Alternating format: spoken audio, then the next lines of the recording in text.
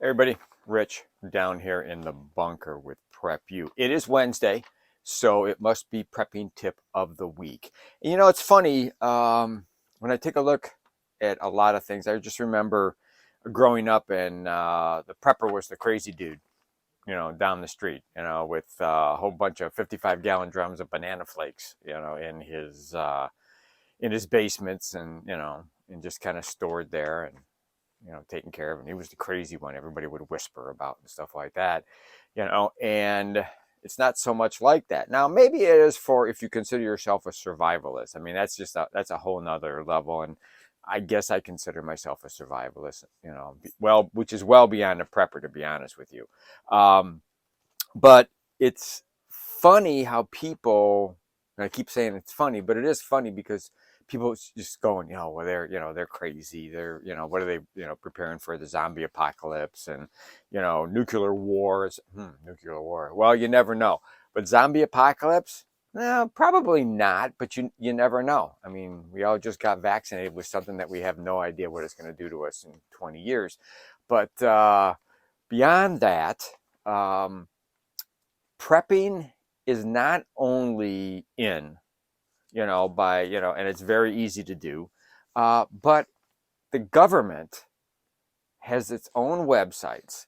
It's FEMA websites and it's gov websites, ready.gov sites that actually are telling you to be prepared. Let's face it, I was in local government for 35 years as a fireman. And you know what? If S hits the fan and it is bad out there, we may not be able to get to you for 24, 48, 72 hours. And that's just us. Now, the power company may not be able to get to you for, gosh, I've seen blocks of areas of our district that were out of power for weeks. And why? Well, not because the power company couldn't get there, although that was the first couple of weeks. They had to work their way in. They had to change a bunch of stuff out.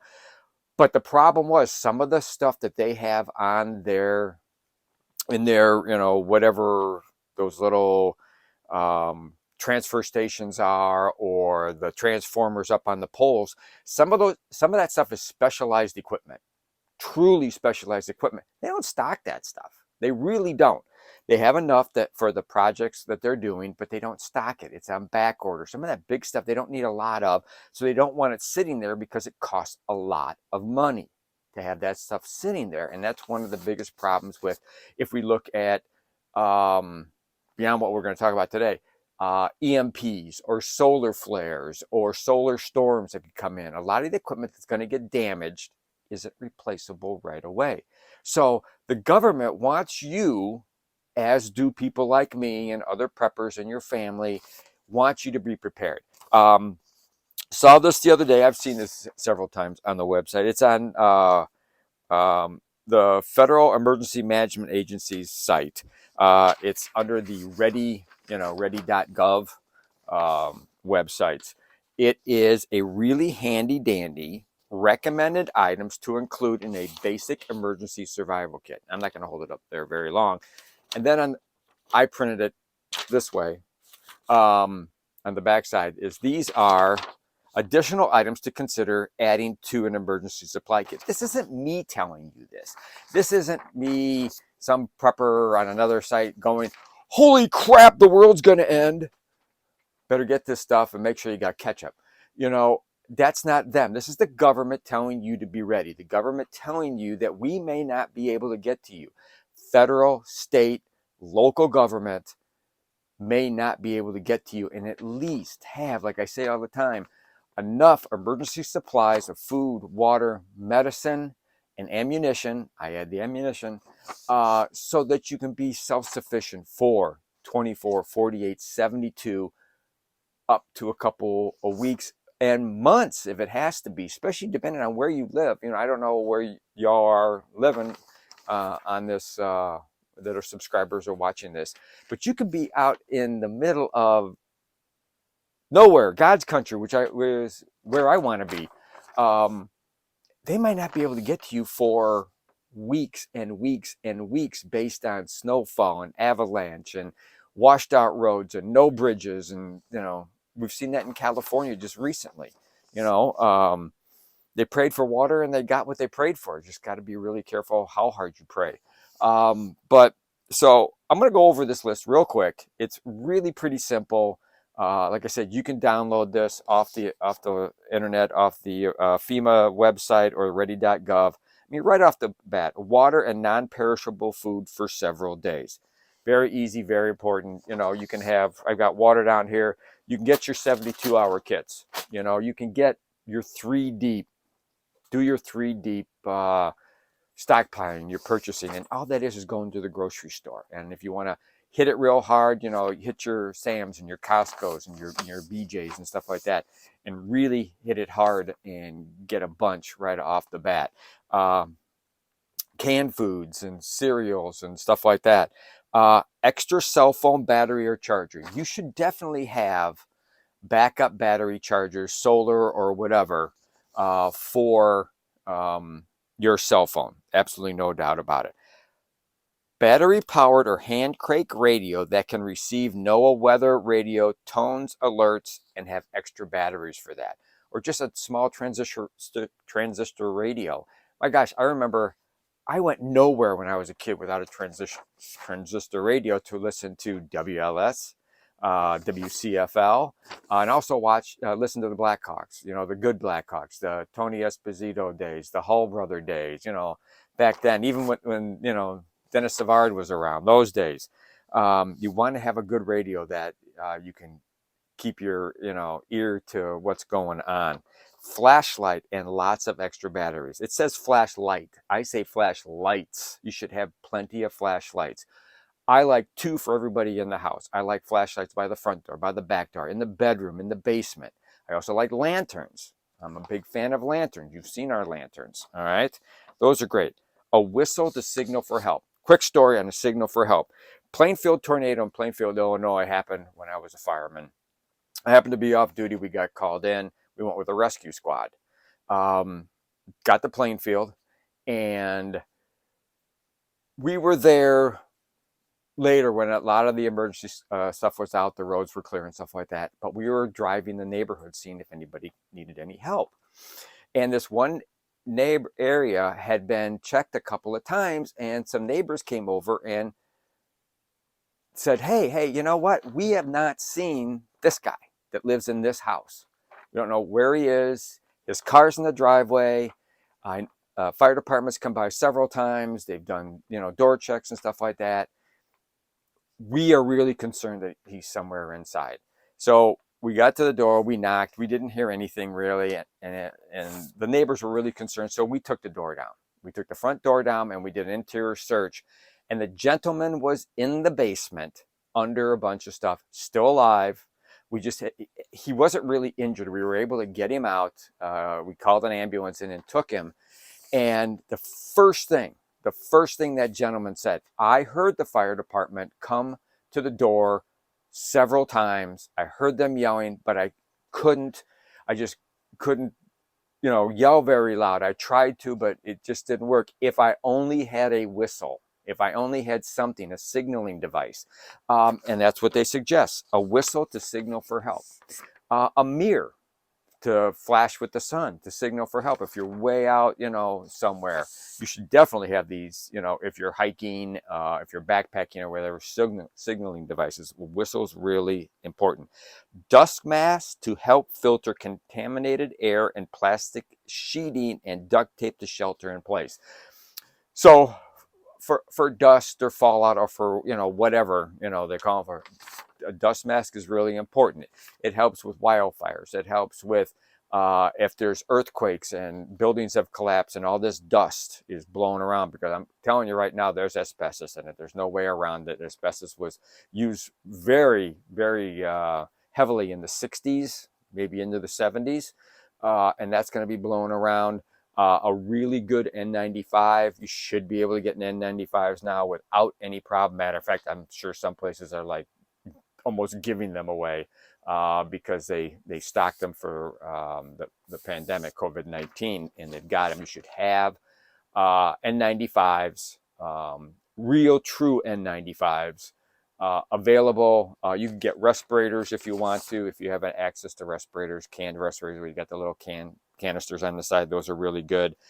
Plastic sheeting and duct tape put over your windows and doors if you have leaks, so dust and stuff doesn't come in, doesn't blow into your house, because you really don't want that stuff blowing into your house if you're sheltering in place specifically. Moist towelettes, garbage bags, and plastic ties for personal sanitation, and I'm going to add a 5-gallon bucket. All that stuff goes into the bucket, and it's marked on there for sanitation, human waste.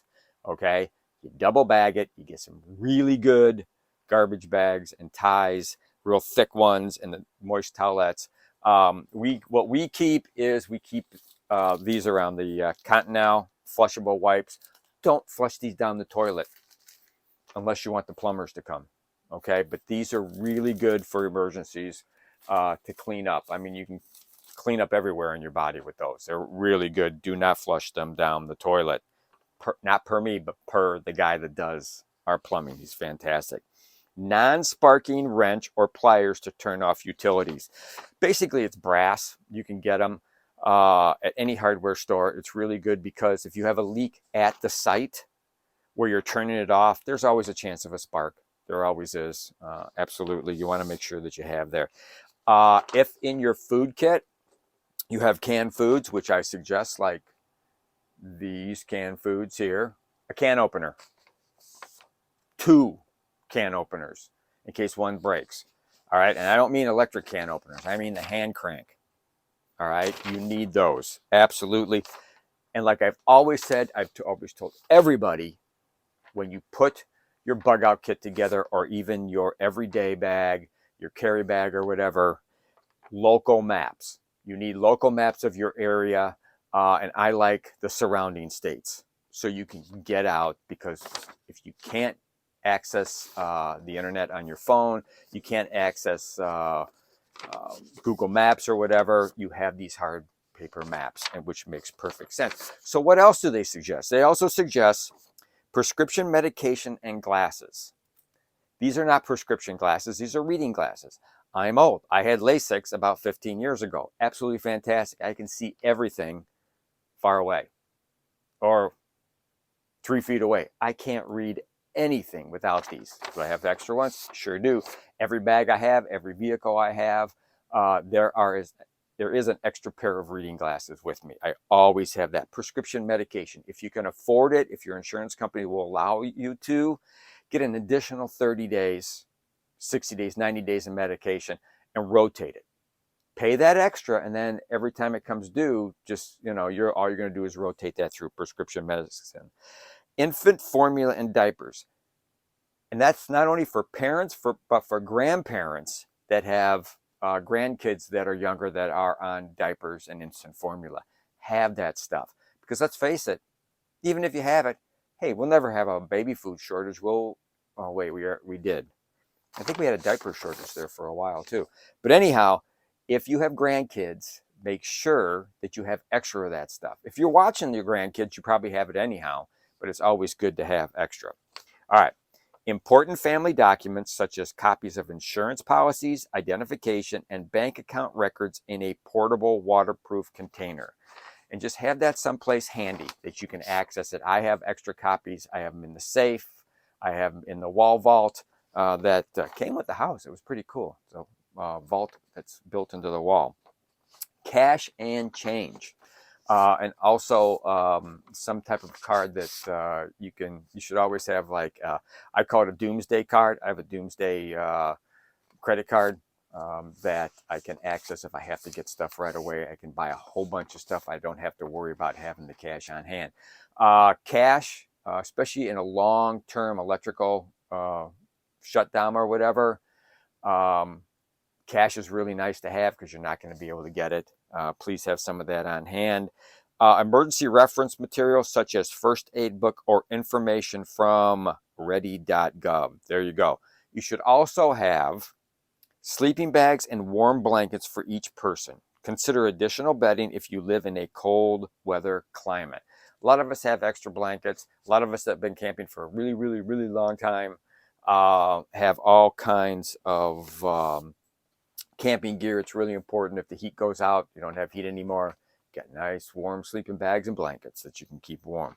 Complete change of clothes, including a long sleeve shirt, long pants, sturdy shoes. Consider additional clothing if you live in a cold weather climate. And that is stuff already packed, already set to go, so you're not going crazy, all right, trying to find everything and pack it. They should already be packed up, ready to go. Fire extinguisher. Everybody needs a fire extinguisher. And I'm going to add on top of that is if you don't have smoke detectors in your house, you're crazy. Okay? You need smoke detectors in your house. Matches in a waterproof container. Obviously, matches are very important. Feminine supplies, personal hygiene items, and hand sanitizer. Extra is what they're talking about. I love this one. Mess kit. Okay, obviously you can tell it's the government telling you because that's what the military and the Boy Scouts use. It's a mess kit, okay?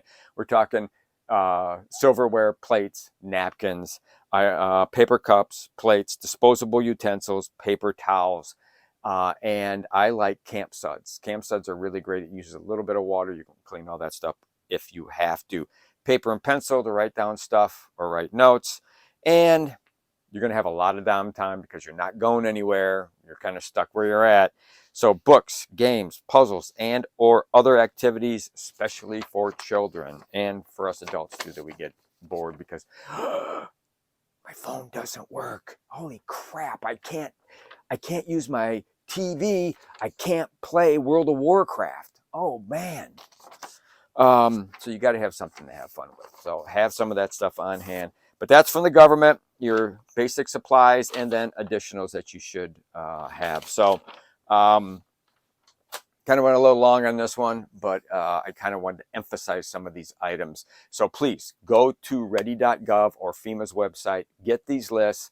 That's your basic, absolutely basic. And then beyond that, what you need to do is figure out what you like. Didn't say anything about hot sauce or Plochman's mustard, but those are my favorite. I like hot sauce on everything. So what do? I stockpile hot sauce, wing sauce, hot sauce, all that kind of good stuff, and coffee and all that kind of stuff. So personalize it to you, okay? Whatever you want, it's not wrong because you want it.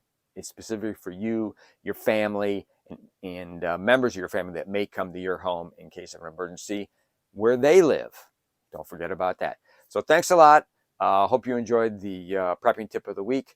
To get your head going. I know a lot of you subscribers are going, Rich, we already know about this stuff. But you know what? It's always good to remind you constantly, and it's always good to go to FEMA or ready.gov and get their lists and find out what they think. So take care, be safe, always be aware of your surroundings. Make sure you have enough food, like we just talked about, to bug out or shelter in place. And please prep like your life depends on it because it really does. Take care, be safe. See you next time.